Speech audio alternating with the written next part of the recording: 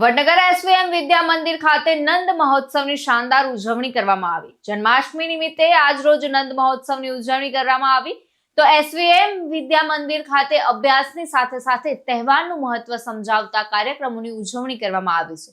ત્યારે આજ રોજ નંદ મહોત્સવ નિમિત્તે પત્રકાર દેવાંશી જોશીએ મુખ્ય મહેમાન તરીકે હાજરી આપી બાળકોને સાચી સમજ આપી બાળકોને મંત્રમુગ્ધ કરી દીધા હતા અને કૃષ્ણ ભગવાન વિશે માહિતી પણ આપી હતી।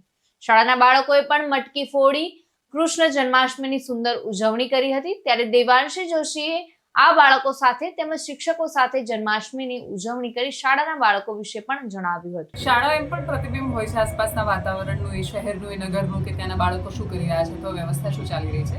તો સરસ્વતી વિદ્યા મંદિરમાં આવીને મને ખૂબ સારું લાગ્યું અને સારું એ વાતનું લાગ્યું કે જન્માષ્ટમી એની ખાલી ઉજવણી નથી થતી, એ પરંપરાઓ પહોંચાડવાનો પ્રયત્ન છે જે બાળકો સુધી પેઢી દર પેઢી ચાલતી રહે। તો વડનગરમાં આવીને આ શાળામાં આવીને હું એટલા માટે મારું પણ સૌભાગ્ય સમજું છું કે ખૂબ નાના બાળકોને કૃષ્ણના સ્વરૂપમાં રંગાયેલા જોવા મળ્યા અને એ એટલા એકબીજાની સાથે ઉત્સાહથી હળીમળીને આખા કાર્યક્રમને માણી રહ્યા હતા। એ જોઈને મને પણ ખૂબ આનંદ આવ્યો અને એ વાતનો સંતોષ થયો કે કોઈક છે કે જે પરંપરા સાથેનું શિક્ષણ પીરસવાનો પ્રયત્ન કરી રહ્યું છે। એ શિક્ષણ માત્ર આકાશ નથી આપતું ઉડવા માટે, પણ એ જમીન સાથે જોડાઈ રહેવું કેટલું જરૂરી છે, પરંપરાઓની સાથે રહેવું કેટલું જરૂરી છે, ટકાઉ શિક્ષણ અથવા પોષણ આપતું શિક્ષણ ક્યાંક મળી રહ્યું છે, એ જાણીને પણ મને ખૂબ સંતોષ થયો। ખાસ કરીને બેન, અહીંયાના બાળકોનો સ્વભાવ કેવો લાગ્યો?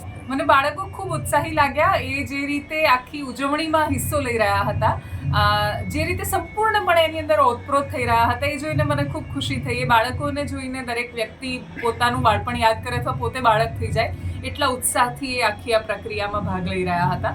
તો બાળકોને જોઈને એવું લાગ્યું કે એમની અંદરનો નટખટ કાનુડો જીવતો છે, હજી શિક્ષણે એને મારી નથી નાખ્યો।